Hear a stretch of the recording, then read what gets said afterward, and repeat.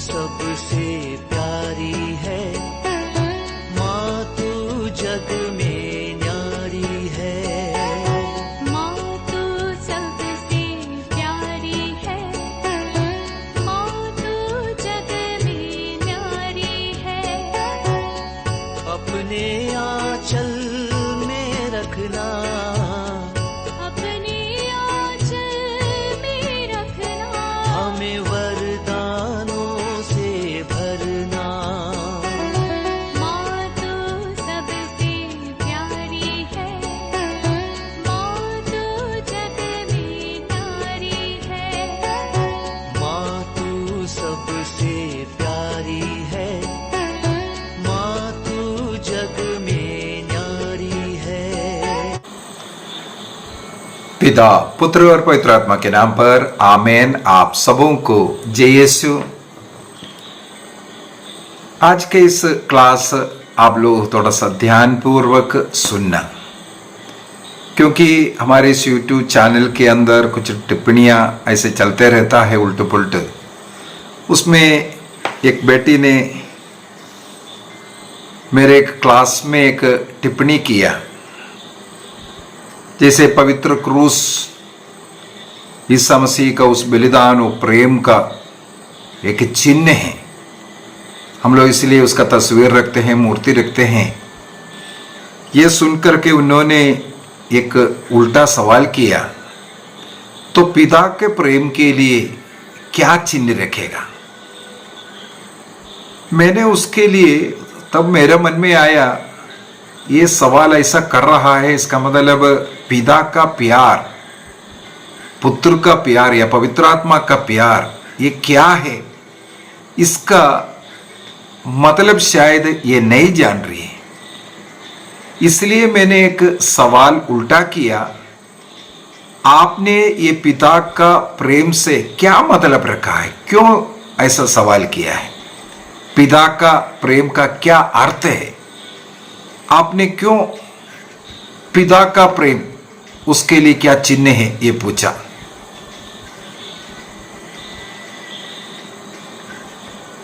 उसके पीछे पता नहीं क्या क्या कुछ टिप्पणियां लिखा। इसके बाद फिर मैं और क्लियर करके बताया, आपने सवाल किया है उसके लिए क्या चिन्ह रखेंगे, तो आप पिता के प्रेम के विषय में क्या समझते हैं? किसको पिता का प्रेम कहते हैं, या आप पिता का प्रेम को कैसे अनुभव करता है, ये बता दो। आपके उस सवाल में ही, आपके उस जवाब में ही आपका सवाल का जवाब भी है। मतलब पिता का प्यार, ईश्वर का प्यार एक व्यक्ति कैसे समझते हैं, कैसे जानते हैं? उसके लिए तस्वीर का जरूरत, उसके लिए मूर्ति का जरूरत है कि नहीं, कौन सा मूर्ति रखना है या कौन सा तस्वीर रखना है, सब ये सत्य को अगर एक व्यक्ति जानेगा, ईश्वर का प्रेम क्या है, उस प्रेम को मैं अनुभव करता हूं कि नहीं, ये हम मनुष्यों का सबसे बड़ा एक कमजोरी है। मैंने जब ऐसा एक्सप्लेन करके लिखा, तब उस बेटी का फिर जवाब आया, आपका हिंदी सही नहीं है, आपका व्याकरण सही नहीं है, इसी वजह से मेरे को समझ में नहीं आ रहा है आप क्या बोल रहा है। मेरा व्याकरण सही है ना होने के कारण है, या ईश्वर का प्रेम क्या है उसको वो अनुभव कर रहा है कि नहीं, ये वो नहीं जान पा रहा है, इसलिए वो नहीं जवाब दिया, आज तक नहीं दिया। इसलिए मैं आज ये क्लास ले रहा हूं, उस बेटी के लिए ही नहीं, मुझे जो कोई सुन रहा है उनको मालूम होना चाहिए ईश्वर का प्रेम क्या है। क्या मैं उस ईश्वर का प्रेम का अनुभव करता हूं कि नहीं?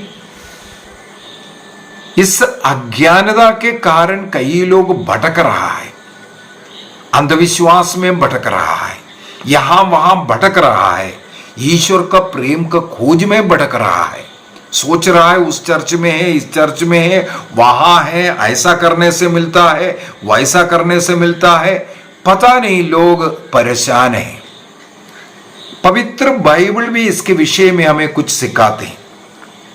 यदि हम होशिया का ग्रंथ अध्याय 11 को वाक्य 1 से 3 तक पढ़ेंगे, प्रभु ईश्वर स्वयं ये बात कहते हैं। होशिया का ग्रंथ अध्याय 11 वाक्य 1 से आगे मैं थोड़ा सा पढ़ना चाहूंगा। वहां पर लिखा है, इस्राएल जब बालक था तो मैं उसे प्यार करता था। पवित्र बाइबल के अंदर ईश्वर प्यार करता है, मैं तुम्हें प्यार करता हूं, मैं तुम्हें प्यार करता हूं, 50 बार हम लोगों को पढ़ने के लिए मिलेगा।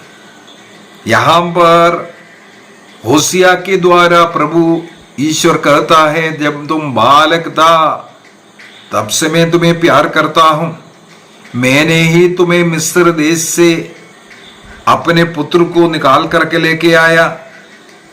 मैं उन लोगों को जितना अधिक बुलाता था, प्यार में पास में बुला रहा था, वे मुझसे उतना ही अधिक दूर जाते थे, क्योंकि उनको मालूम नहीं है ईश्वर का प्रेम क्या है। यदि किसी हम लोग जैसे रेट्रीट वगैरह चलाते हैं, उस समय पर रेट्रीट में ईश्वर के प्रेम का एक क्लास लेते हैं, ताकि लोग समझ ले ईश्वर का प्यार का क्या अर्थ है, कैसे हमें अनुभव करना है।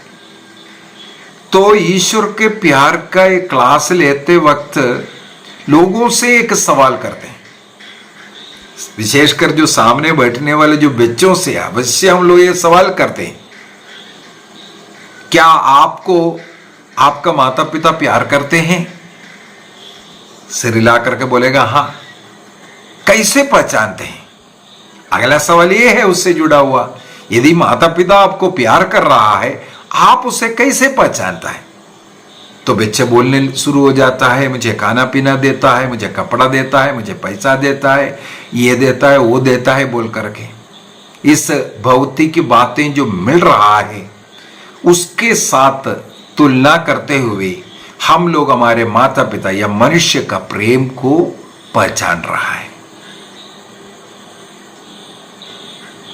यदि वो नहीं मिलने से बेटा जाकर के बिस्कुट खाने के लिए या कुल्फी खाने के लिए, टॉफी खाने के लिए या कुछ चीज के लिए पैसा मांगा, अगर मम्मी दिया तो वो बहुत अच्छी मम्मी है ये बोल करके प्यार देगा।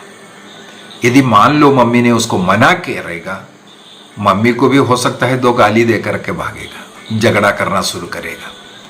इतना ही नहीं, दारू पीने के लिए पैसा नहीं दिया इसीलिए माता पिता का हत्या करने वाले पुत्र भी है।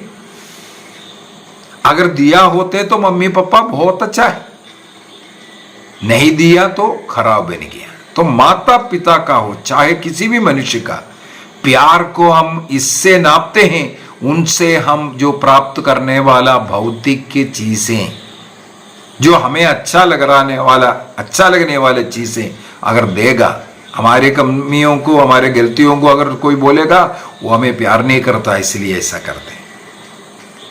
तो यहां पर ईश्वर स्वयं कहते हैं, जब एफ्राइम बालक था तब से मैं उसे प्यार करता हूं। वाक्य 3 में जाता हूं भी, वहां पर लिखा है, मैंने एफ्राइम को चलना सिखाया, मैं उन्हें गोद में उठाया करता था। ईश्वर ने कब हमें चलना सिखाया? हमारे मम्मी पापा हमारे हाथ पकड़ करके हमें चलना सिखाए। यहां पर बोल रहा है, मैं उन्हें गोद में उठाया करता था। ईश्वर ने कब गोद में उठाया? मम्मी पापा हम लोगों को गोद में उठाया। यहां पर प्रभु लेकिन कहता है, मैं उन्हें गोद में उठाया करता था, किंतु वे नहीं समझते कि मैं उनकी देखरेख करता था। यही प्रॉब्लम है। मैं उन्हें दया तथा प्रेम की बागडोर से टहलाता था। जिस तरह कोई बच्चे को उठाकर गले लगाता, उसी तरह मैं भी उनके साथ व्यवहार करता था। मैं झुककर उन्हें भोजन दिया करता। बहुत ही सुंदर ऐसा वचन लिखा हुआ है, किस प्रकार ईश्वर हमें प्यार करता था करके। लेकिन प्रभु कहते हैं, लेकिन वो नहीं समझते थे कि मैं उन्हें प्यार करता था। उनके नजर में केवल दिख रहा है माता पिता या अन्य लोग, दोस्त लोग हमें प्यार दे रहा है। एक और सुंदर वचन संत पौलुस ने लिखा है। संत पौलुस फिलिपियों को लिखते हुए, फिलिपियों का पत्र दिया है 2 वाक्य 13, वहां पर लिखा हुआ है, ईश्वर अपना प्रेम पूर्ण उद्देश्य पूरा करने के लिए आप लोगों में सदिच्छा भी उत्पन्न करता और उसके अनुसार कार्य करने के लिए बल भी प्रदान करता है। ईश्वर अपना प्रेम पूर्ण उद्देश्य पूरा करने के लिए हम लोगों में, माता पिता में, अन्य मनुष्यों में एक सदिच्छा उत्पन्न करता है। अर्थात हमारे बेटा या बेटी को एक नया कपड़ा खरीद करके देना है, ईश्वर चाहता है मेरे बच्चे को एक कपड़े की जरूरत देना है, तब किसके मन में सदिच्छा उत्पन्न करेगा? माता पिता के मन में। इसके बाद लिखा है केवल सदिच्छा ही नहीं, हाँ बच्चे को कपड़ा खरीद कर देना है ये नहीं, उसके लिए पैसा भी तो चाहिए ना। आगे वही लिखा है उसके अनुसार कार्य करने का बल भी प्रदान करता है। वो पैसा, वो जो भी जरूरत है, जो ईश्वर का प्रेम हमारे अंदर देने के लिए ईश्वर मनुष्यों को भी इस्तेमाल करता है, मनुष्यों को ही इस्तेमाल करता है। और सदिच्छा मन में दे रहा है, साथ साथ उसके अनुरूप कार्य करने का बल, शक्ति जो भी देना है, पैसा जो भी चाहिए वो भी प्रभु ही देता है। लेकिन हम लोग सोचते हैं हमारा माता पिता ने दिया, हमारे दोस्त ने दिया, हम फलाने ने दिया ये, लेकिन ईश्वर की इच्छा था। ईश्वर अपना प्रेम पूर्ण उद्देश्य को किसी के द्वारा पूरा किया। हमने थैंक यू उनको बोला, हमने कभी ईश्वर को थैंक यू नहीं बोला। इसलिए प्रभु बोल रहा है ये मनुष्य नहीं समझ पा रहा है कि मैं उन्हें प्यार करता हूं। इसका मतलब आज हम अगर जीवित है, हमारे पास जो कुछ है सब कुछ प्रभु का देन है। यदि हम लोग एफेसियों का पत्र अध्याय 2 को देंगे, एफेसियों का पत्र अध्याय 2, वहां पर वाक्य 4 से पढ़ेंगे, वहां पर लिखा है ईश्वर की दया अपार है, हम अपने पापों के कारण मर गए थे, किंतु उसने हमें इतना प्यार किया कि उसने हमें मसीह के साथ जीवन प्रदान किया। उसकी कृपा ने आप लोगों का उद्धार किया। ईश्वर ने मसीह के द्वारा, इसका मतलब ईसा मसीह को इस संसार में इसलिए भेजा प्रभु का प्रेम हमारे ऊपर, हमारे अंदर, हमारे जीवन में पूरा हो जाए। योहन का सुसमाचार अध्याय 3 वाक्य 16। ईश्वर ने मनुष्य को इतना प्यार किया, अपने एकलौते पुत्र को हमें प्रदान किया। उसके क्रूस मृत्यु, उसके यातनाओं के द्वारा हमें आशीष कृपाएं मिलने के लिए अपने एकलौते पुत्र से बढ़कर के, इसका मतलब हम लोगों को उन्होंने प्यार किया, जिससे जो कोई उसमें विश्वास करेगा वो सब के सब बच जाएं, एक भी नष्ट ना हो जाएं। ईश्वर का प्रेम का उदाहरण है। तो इस प्रकार ईश्वर का प्रेम हम लोग कई रूप में, कई जगहों पर, सब कुछ में हम लोग पहचान सकता है। लेकिन आज दुख की बात है, अगर किसी से पूछें क्या आप ईश्वर का प्रेम को जानता है, ईश्वर का प्रेम को पहचानता है, उसका क्या चिन्ह है, क्या किसी चिन्ह की जरूरत है कि नहीं? जैसे ये सवाल करने वाली बेटी, मैंने उससे बार बार इसलिए पूछा है, मेरे मन में एक उत्तर आया था, बेटी तुम्हारे सौंदर्य को, तुम्हारी सुंदरता को देख करके मैं उस ईश्वर का प्यार को देखता हूं। ईश्वर ने कितने प्यार से तुम्हें रचा, जो मुझे शक्ति मिला, सामर्थ्य मिला, मेरे जीवन में जो भी कृपाएं हैं वो सब कुछ ही है। इसका मतलब तुम्हारा अगर फोटो भी मैं देखूं, उसमें किसको देखना है? ईश्वरीय प्रेम को देखना है।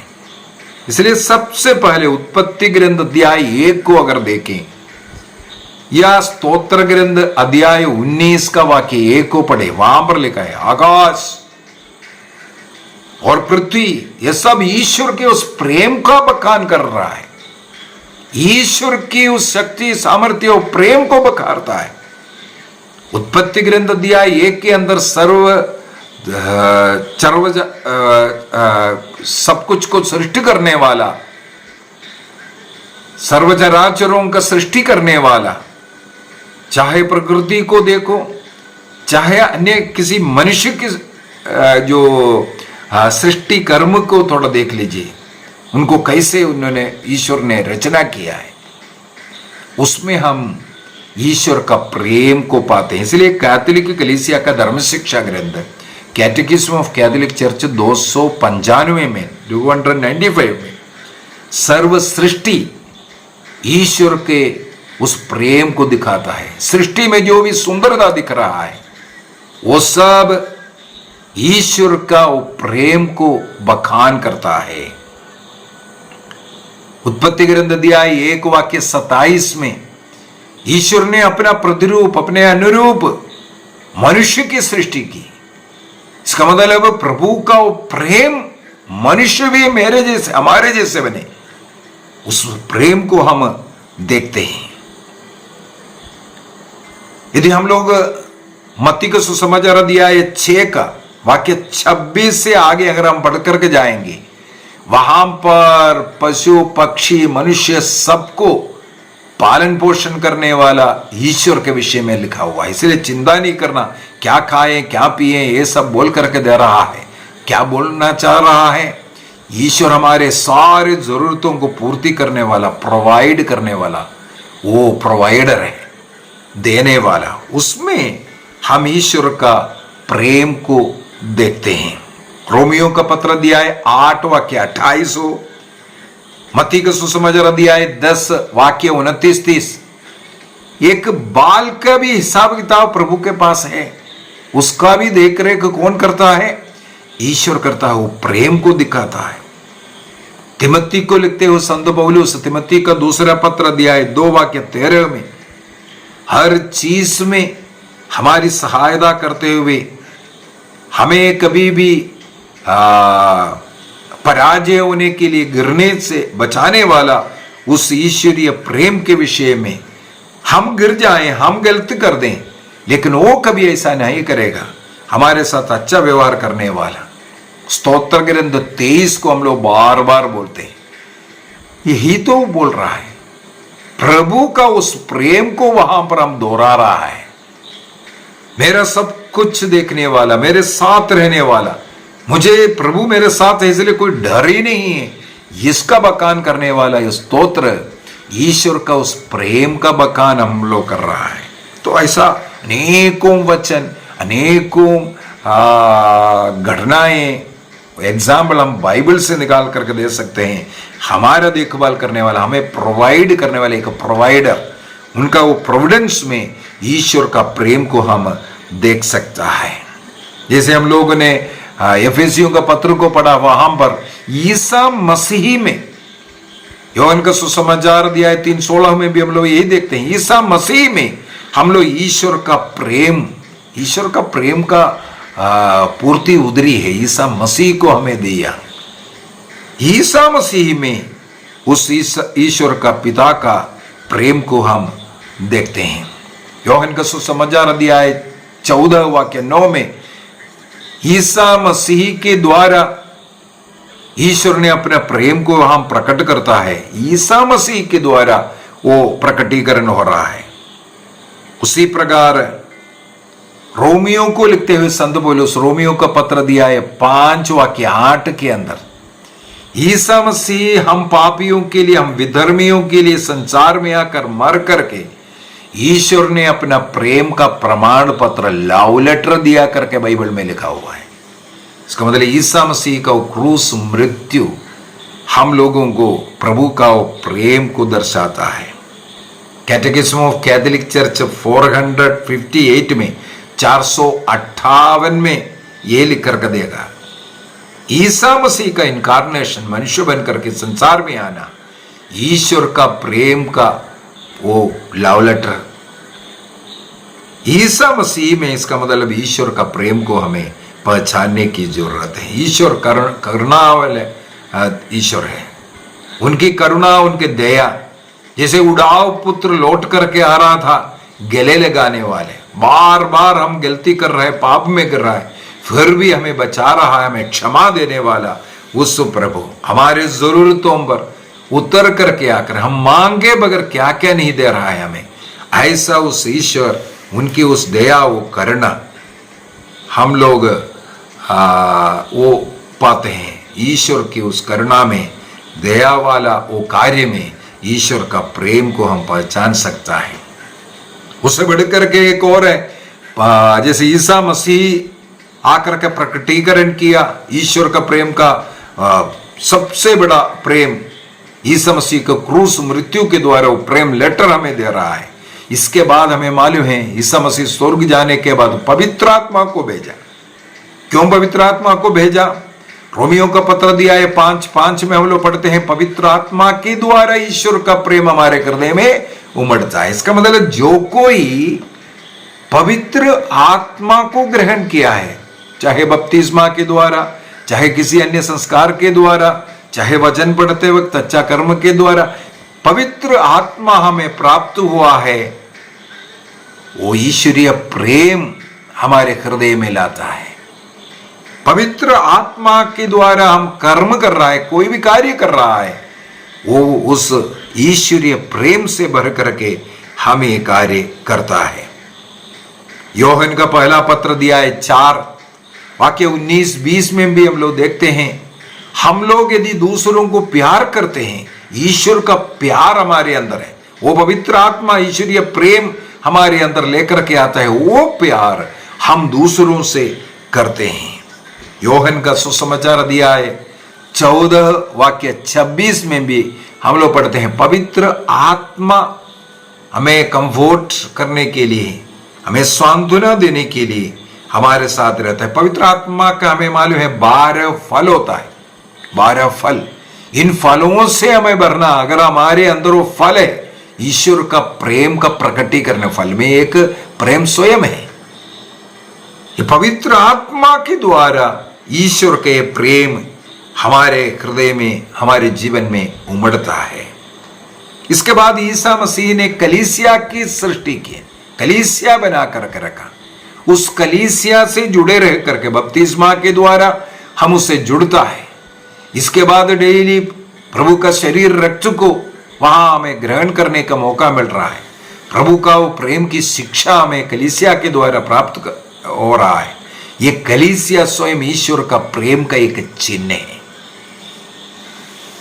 कैटेकिज्म ऑफ कैथोलिक चर्च, कैथोलिक कलीसिया का धर्म शिक्षा ग्रंथ 1322 के अंदर और कैटेकिज्म 85 के अंदर कलीसिया के द्वारा, पवित्र यूक्रिस्ट हो या वचन के द्वारा हो, हम लोगों को तृप्त करते हुए हमारा प्रपोषण कर रहा है। और कैटेकिज्म 1213 के अंदर लिखा हुआ है, बपतिस्मा के द्वारा प्रभु हमें अडोप्ट कर रहा है, दत्तक पुत्र बना करके हमें वो प्यार दे रहा है। बच्चों जैसा प्यार प्रभु हमें दे रहा है। ये हम लोगों ईश्वर का प्रेम को इस प्रकार हमें अनुभव करते रहने की जरूरत है। हमारे हृदय में वो प्रभु का प्रेम का अनुभव निरंतर होना है। हर बात पर, हर चीज को देखकर उसमें ईश्वर का प्रेम को देखिए, हम अपने को देखिए, उसमें कितना आशीष कृपाएं, जो कुछ सुंदरता हो, बल हो, शक्ति हो, जो कुछ हमारे अंदर है, उसमें हमें ईश्वर का प्रेम को एक्सपीरियंस करने की जरूरत है। हमारे मन में जो आनंद है, खुशी है, शांति का अनुभव है, यह सब प्रभु का उस निवास, उस प्रेम का दर्शाता है। जब हम प्रार्थना करते हैं, उस प्रार्थना का जब कभी सुनवाई हो रहा है, वो प्रेम का ही तो प्रतीक है। इस प्रकार 50 एग्जाम्पल हम लोग हमारा दैनिक जीवन से उठा सकता है और ये जवाब दे सकता है कि हाँ, ईश्वर का प्रेम का अर्थ ये है।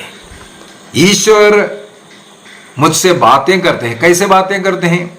पवित्र बाइबल के द्वारा, वचन के द्वारा, अपने स्क्रिप्चर के द्वारा प्रभु हमसे बातें करते हैं। इसलिए बाइबल को पढ़ना, बाइबल को पढ़ते वक्त हमारे मन में वो शांति, प्रेम, विश्वास सब बढ़ने का कारण यही है, क्योंकि वो ईश्वर का वाणी है। इसके द्वारा प्रभु हमें कंफर्ट करता है, हमें सांत्वना देता है, हमें हमारे मन में उस विश्वास को और दृढ़ बनाता है।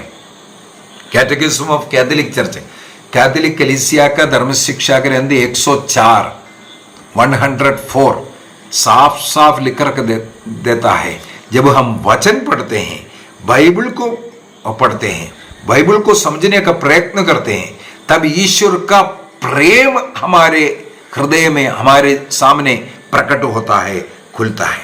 इसका मतलब बाइबल पढ़ना जरूरी है, बाइबल को सुनना जरूरी है। जब तक बाइबल को हाथ में नहीं उठाएंगे, बाइबल को पढ़ेंगे नहीं या बाइबल को सुनेंगे नहीं, ईश्वर का वो प्रेम का अनुभव नहीं मिल पाएगा। ईश्वर के आदेश जो भी है वो भी प्रेम है। 10 आज्ञा, कई बार हम लोग पूछते हैं 10 आज्ञा ईश्वर ने क्यों दिया? एक प्रेम का चिन्ह है, हमें प्यार कर रहा है। सबसे पहले ईश्वर को प्यार करो, एक दूसरे को प्यार करो। कुछ करने के लिए बोल रहा है, कुछ ना करने के लिए बोल रहा है। ये सब प्रेम से भर करके प्रभु करता है। स्तोत्र ग्रंथ 91 में ईश्वर किस प्रकार हम लोगों का सुरक्षित रखता है, उसके विषय में हम लोग दोहराता है। ईश्वरीय प्रेम को तो ही बोल रहा है। यदि ईश्वर के छत्र छाया में हम रह रहा है, ईश्वर के शरण स्थान हमने स्वीकार किया है, तो किस किस प्रकार प्रभु हमारा गढ़ बन जाएगा, हमारा सुरक्षा, हमारा सब कुछ देखभाल करेगा, इसको हम उसके द्वारा दोहराते हैं। इस प्रकार हमें ईश्वर का प्रेम से भरने की जरूरत है। तो प्रभु का प्रेम अनकंडीशनल है। हाँ, तुम मुझे प्यार करेगा तो मैं प्यार करूंगा, ऐसा नहीं। यदि हम प्रभु को प्रेम ही नहीं कर रहे, प्रभु को जान भी नहीं रहा है, सब मनुष्य ईश्वर का सृष्टि है, उन सबों को ईश्वर प्यार करते हैं। उस प्यार का अनुभव हम नहीं कर रहा है तो वो हमारा गलती है। जितने भी बातें मैंने अभी तक बोल करके दिया, उसके द्वारा हमें उस प्रभु का प्रेम का अनुभव करना, उसके लिए धन्यवाद देना।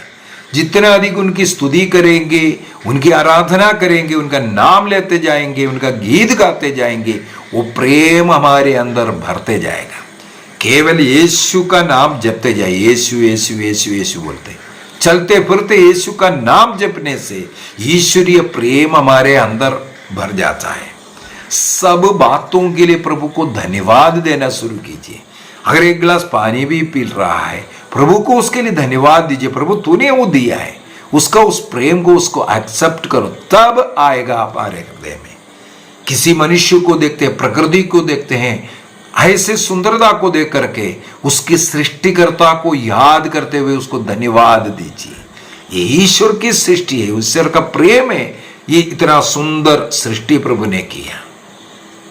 यदि ये सब चिन्ह है प्रभु का प्रेम का, एक फोटो प्रकृति का, नेचुरल है ना, कुछ एक प्रकृति का एक फोटो है, उस फोटो देख करके हम ईश्वर का प्रेम को जान सकता है।